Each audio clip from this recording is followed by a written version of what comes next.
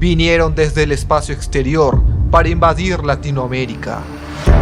Objetos voladores no identificados, captados en cámara. Testimonios aterradores de las abducciones más traumantes. El gobierno estadounidense borró toda evidencia. Fenómenos que marcaron historia en la ufología. Prepárate, porque estás a punto de conocer los 7 encuentros extraterrestres más traumáticos de Latinoamérica.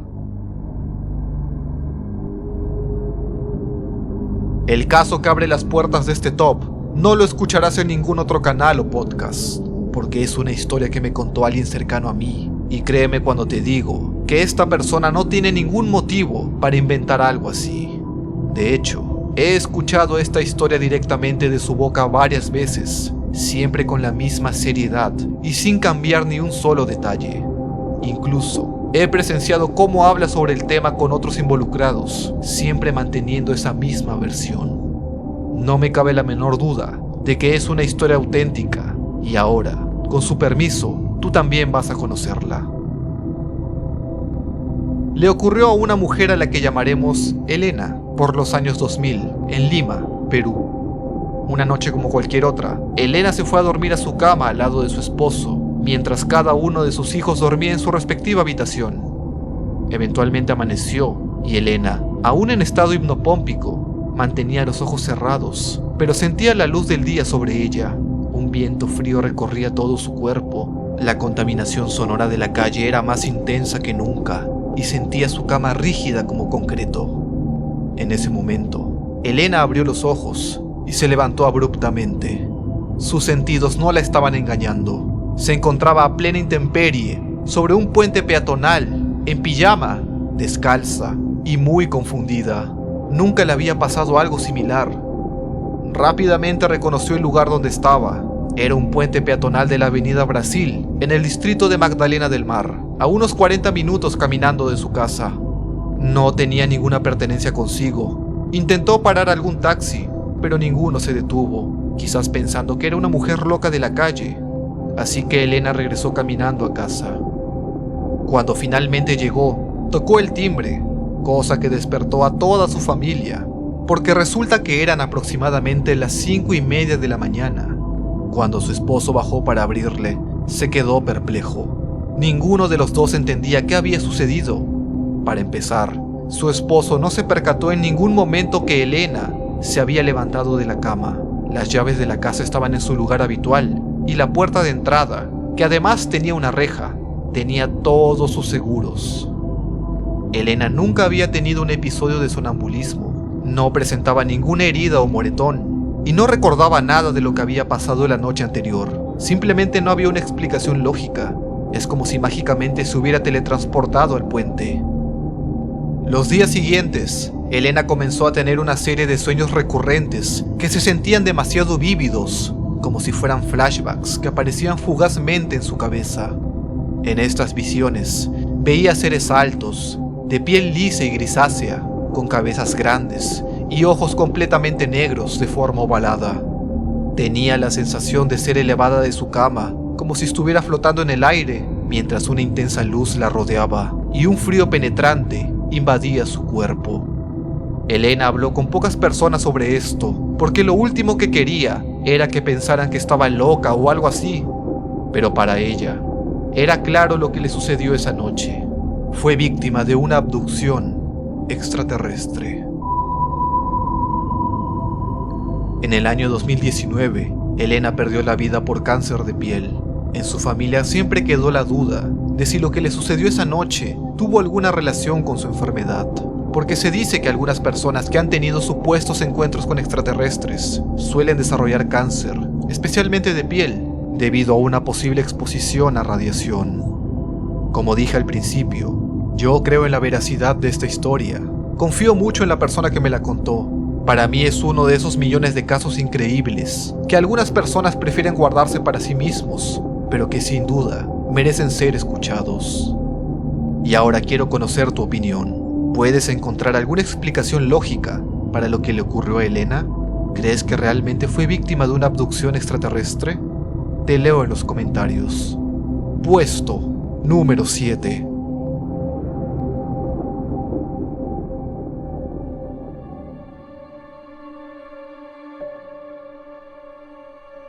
...4 de septiembre de 1971, Costa Rica. Los fotógrafos Sergio Loaiza y Juan Bravo se encontraban volando a 10.000 pies de altura con una cámara profesional RMK 1523. El Instituto Geográfico Nacional los había contratado para tomar unas fotografías aéreas del lago Arenal y sus alrededores para la realización de un mapa. Así que eso fue lo que hicieron. Ese día la cámara se disparó cada 13 segundos y entre las cientos de fotografías que tomaron se encontraba esta. ¿Notas algo extraño? No te preocupes si no es así, porque ni Sergio ni Juan lo notaron al comienzo. De hecho, no fue hasta 3 años más tarde, cuando Sergio fue contactado otra vez por el IGN para otro proyecto en el mismo lugar, que se percató de que había algo raro en esta fotografía, algo que parecía un platillo volador sobre el lago Cote. Inmediatamente él y su compañero fueron al laboratorio para hacer una ampliación y llevaron la inquietante imagen al director del Instituto Geográfico. Luego de examinarla, la orden fue muy clara para ellos. No podían hablar con nadie de la foto. Es así que el instituto logró mantener la fotografía oculta por casi una década, hasta que en 1979, Ricardo y Carlos Vilches, representantes del Instituto de Investigaciones Científicas y Exobiológicas, descubrieron la polémica fotografía por casualidad revisando antiguos archivos y la difundieron. Primero fue enviada a una organización estadounidense denominada Ground Saucer Watch, que se dedicaba a estudiar e investigar fenómenos ovni de manera muy seria. Ellos fueron los primeros en determinar que la fotografía era auténtica y que no mostraba señales de manipulación. Llegaron a denominarla como una de las evidencias más nítidas y auténticas de un ovni. Ese mismo año, la fotografía se hizo pública en medios de comunicación costarricenses y pronto diversas entidades internacionales querían analizar la fotografía de cerca. Muchos intentaron desmentirla, pero simplemente no pudieron. Es así que el ovni del lago Cote quedó para la posteridad como una de las evidencias más increíbles, nítidas y auténticas de un objeto volador no identificado que se tiene en el mundo. Y ocurrió aquí, en Latinoamérica. ¿Tú qué opinas al respecto? Puesto número 6.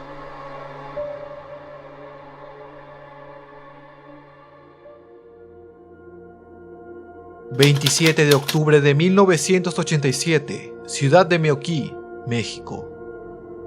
El médico de la Cruz Roja, Francisco Valenzuela, atendía a un niño llamado Willy, quien tenía una quemadura en el brazo. Pero había algo extraño en la herida. No parecía una quemadura convencional.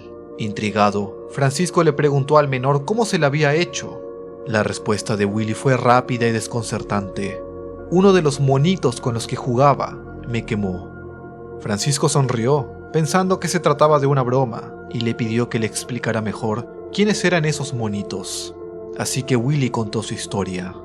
Él y unos amigos estaban jugando en el patio de la casa de uno de ellos, cuando de repente vieron salir de la tierra a un grupo de 5 pequeñas criaturas, blancas y rojas.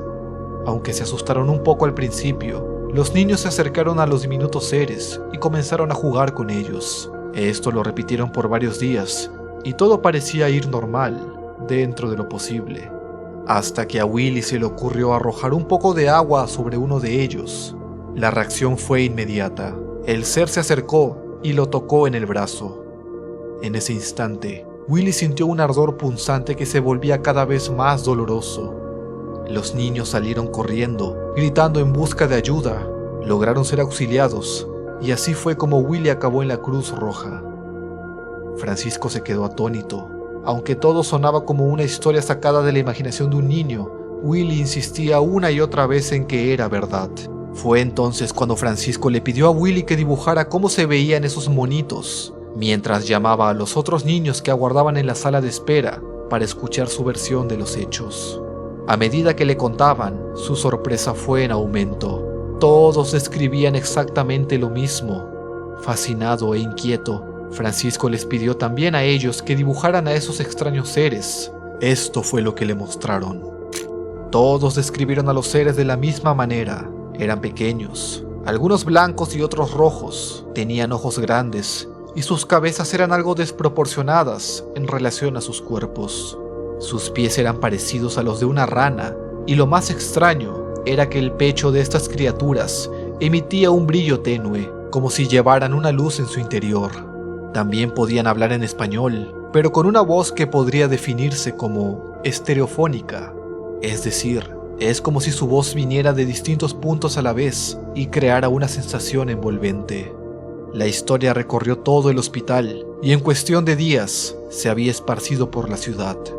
Los medios nacionales no tardaron en interesarse por el extraño relato y contactaron a las familias de los niños. La noticia causó un revuelo tal que decenas de personas se acercaron a ver el misterioso agujero en la tierra, aquel del que, según los pequeños, habían surgido los famosos monitos de Meoqui. No pasó mucho antes de que ufólogos llegaran a la ciudad, afirmando que la descripción de los niños coincidía con otros avistamientos documentados en países como Colombia, España y Francia. Para ellos, no había duda de que se trataban de alienígenas. De hecho, los constantes reportes de ovnis en Meoqui durante aquella época solo reforzaron la idea de que, tal vez, esos monitos eran realmente seres de otro mundo. Sin embargo, los extraños visitantes nunca volvieron a aparecer, y con el tiempo, la historia se desvaneció entre rumores y leyendas. Para la mayoría, quedó como un relato curioso y una anécdota improbable. Pero para los niños que vivieron la experiencia, todo fue real. Años después, siguen defendiendo la historia con la misma convicción, insistiendo en que lo que vieron aquella tarde ocurrió exactamente como lo recuerdan. ¿Tú qué opinas al respecto? ¿En verdad se trató de alienígenas? ¿O estamos ante un caso de histeria colectiva? Hay quienes piensan que esos seres pudieron ser críptidos. Me gustaría conocer tu opinión en la caja de comentarios. Puesto número 5.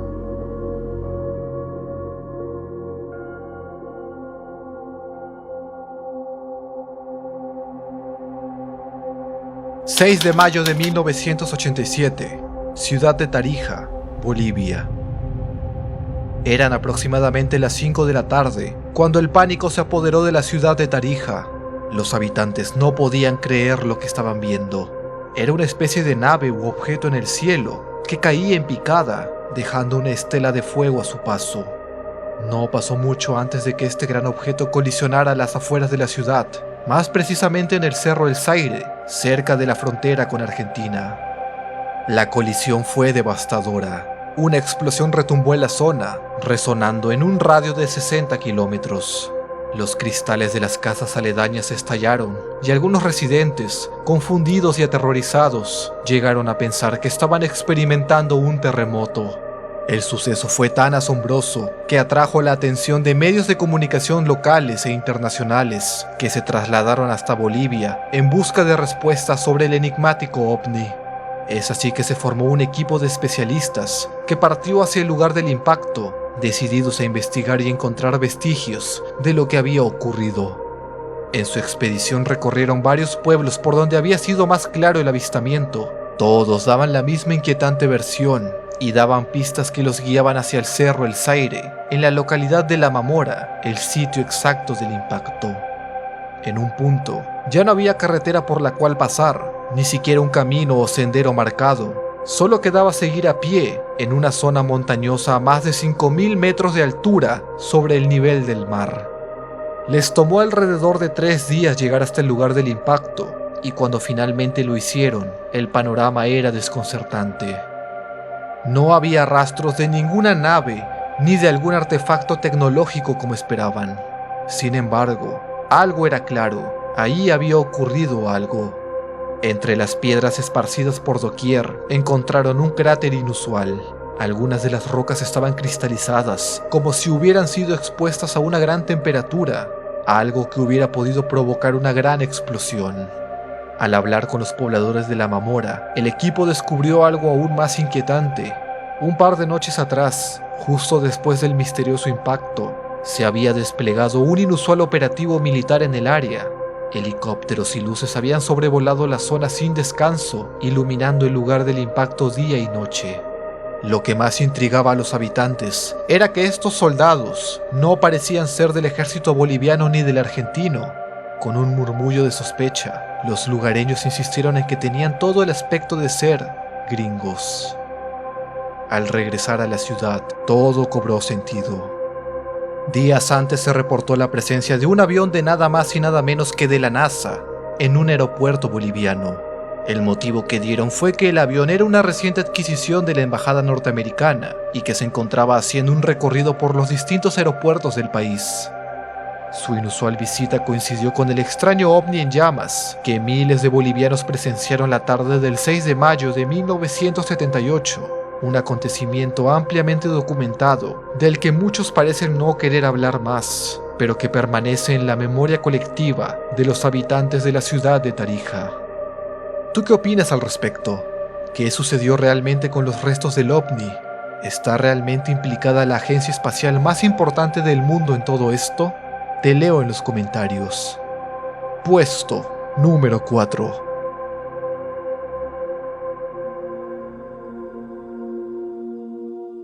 ...8 de junio del año 1983... ciudad de Huaraz, Perú. Era alrededor de la 1:30 de la tarde... cuando el señor Donato Cervantes... sufrió un aparatoso accidente de tránsito... que le lastimó severamente el antebrazo derecho. Un trozo de vidrio se incrustó en parte de su muñeca, desgarrando músculos, venas y tendones. Fue llevado de emergencia al hospital más cercano, donde los médicos, tras examinar sus heridas durante algunos días, concluyeron que la única forma de salvar su brazo sería amputando su mano derecha. Sin embargo, Donato se negó rotundamente al procedimiento, pese a que los médicos ya le habían explicado que de no hacerlo ahora, el miembro iba a gangrenarse y devenir en un choque séptico que podría costarle la vida. Aún así, Donato se volvió a negar y regresó a su casa con la herida desinfectada y algunos puntos de sutura, confiado en que iba a estar bien. Para sorpresa de todos, 13 días después, su brazo estaba completamente sano. Nadie podía explicarse qué había pasado. Hace menos de 2 semanas Donato estaba por perder el brazo y ahora lucía completamente bien, sin una sola cicatriz del accidente que tuvo. Todos en Huaraz pensaron que se trataba de un auténtico milagro, pero Donato reveló algo que los dejó estupefactos. No se trató de ningún milagro, sus amigos de la galaxia celeste lo habían curado. Donato contó que poco después de ser dado de alta, en un lugar específico donde solía encontrarse con estos amigos, llegó una nave que lo elevó con una fuerte luz a unos 400 metros del suelo. Una vez en su interior, fue expuesto a lo que él se refiere como una fuerte descarga de energía que regeneró por completo los tejidos de su brazo. La historia de Donato sorprendió a familiares, amigos y vecinos que conocían la gravedad de su accidente. No podían creerlo. Pronto, la prensa nacional se enteró y lo buscó para entrevistarlo. En cada encuentro, Donato relataba siempre la misma versión de los hechos, con una precisión impecable. Describía a las criaturas como si estuvieran frente a él. Rostros de un celeste pálido, sin labios, ojos enormes que casi tocaban sus orejas, nariz chata y cabezas alargadas con un líquido que parecía moverse en su interior. Su piel era plateada y escamosa, el cuello ancho y arrugado, y vestían trajes de un gris opaco que se ajustaba a sus cuerpos. Como si todo lo que acabo de contarte no fuera lo suficientemente increíble, Donato comenzó a ser visitado por personas de todas partes del mundo que le suplicaban que las cure. Resulta que el brazo derecho recuperado de Donato había adquirido alguna especie de facultad curativa sobrenatural, y así lo documentó un diario de la época.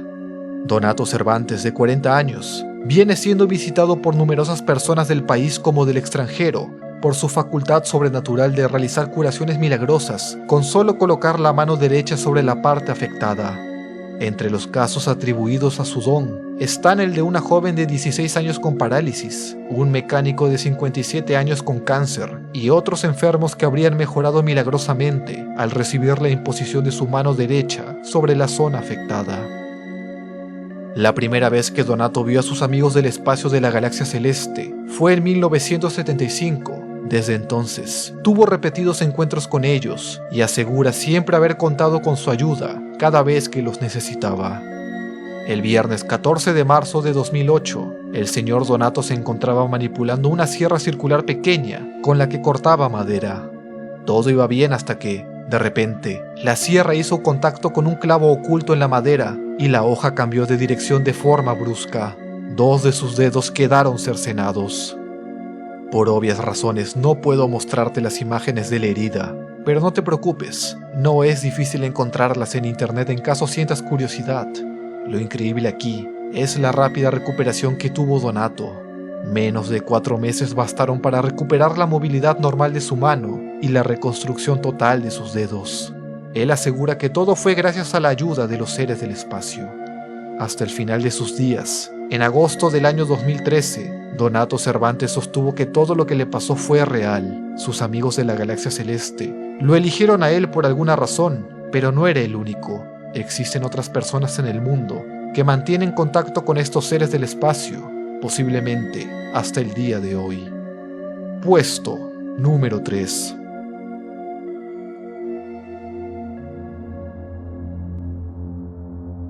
...19 de mayo de 1986... Estado de Sao Paulo, Brasil.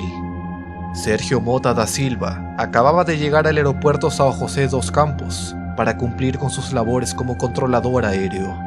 Jamás imaginó que esa jornada presenciaría uno de los acontecimientos más increíbles y recordados en la historia de la ufología, la noche oficial de los ovnis. Poco después de las 8 de la noche, Sergio coordinaba el despegue del vuelo 703 de la aerolínea Río Sul, cuando algo en el cielo captó su atención. Una luz extraña, suspendida en el aire, como si se tratara de una especie de faro. Sergio se comunicó con la torre de control del Aeropuerto Internacional de Guarulhos, esperando confirmar que algún avión se acercaba a São José dos Campos, pero la respuesta fue negativa. Mientras Sergio intercambiaba palabras con sus colegas, el objeto desapareció de repente, solo para volver a aparecer momentos después, irradiando un brillo aún más intenso y brillante, con destellos de colores. Sergio observó todo muy claramente a través de unos binoculares, y pronto descubriría que no era el único. Miles de personas, entre civiles y militares, se encontraron esa noche mirando hacia el cielo, atónitos. Un total de 21 objetos voladores no identificados surcaban las alturas de 4 estados: Sao Paulo, Río de Janeiro, Minas Gerais y Goiás. Ante el riesgo de tratarse de un posible ataque, el Centro de Operaciones de Defensa Aérea desplegó 5 aviones de combate de la Fuerza Aérea Brasileña en una misión de intercepción. La idea era mantener la calma, acercarse a los intrusos con una intención pacífica. Al aproximarse, los pilotos describieron algo que desafiaba cualquier lógica conocida. Aquellos puntos luminosos parecían inmóviles por momentos, para luego moverse en zigzag, girar en ángulo recto y cambiar de color, trayectoria y altitud sin esfuerzo. La velocidad que alcanzaban era inimaginable. Maniobras como esas eran, en pocas palabras, imposibles para cualquier aeronave humana.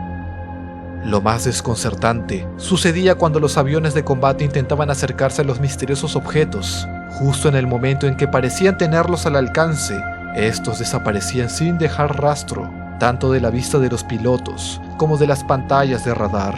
Y luego, de un momento a otro, volvían a aparecer en otro punto del cielo. Se mantuvieron en ese juego del gato y el ratón por un tiempo, sin ninguna intención aparente de atacar a los aviones militares, hasta que se esfumaron tan repentinamente como habían aparecido. El evento fue tan impactante e increíble que al día siguiente los medios no hablaban de otra cosa. Todos querían saber qué había sucedido durante la denominada Noche Oficial de los OVNIs. Es así que el entonces ministro de Aeronáutica, el brigadier Octavio Julio Moreira Lima, convocó una rueda de prensa, dejando claro que lo que miles de brasileños presenciaron aquella noche no fue ninguna broma ni operación militar encubierta. Con seriedad, confirmó que 5 aviones de combate de la Fuerza Aérea Brasileña habían intentado perseguir a 21 objetos voladores no identificados. Años después, en 2009, un informe detallado de ese extraordinario evento fue publicado y puesto a disposición en los Archivos Nacionales de Brasil. El documento confirma que aquellos objetos tenían masa y parecían actuar con cierto grado de inteligencia. En ningún momento se descarta la posibilidad de que fueran prueba de vida inteligente más allá de nuestro planeta. La Noche Oficial de los OVNIs en Brasil es considerado uno de los casos más importantes de la ufología mundial por tener el mayor número de testigos en todo el planeta. ¿Cómo hubieras reaccionado tú al presenciar semejante fenómeno? ¿Qué es lo que hubieras pensado que sucedería? Te leo en los comentarios. Puesto número 2.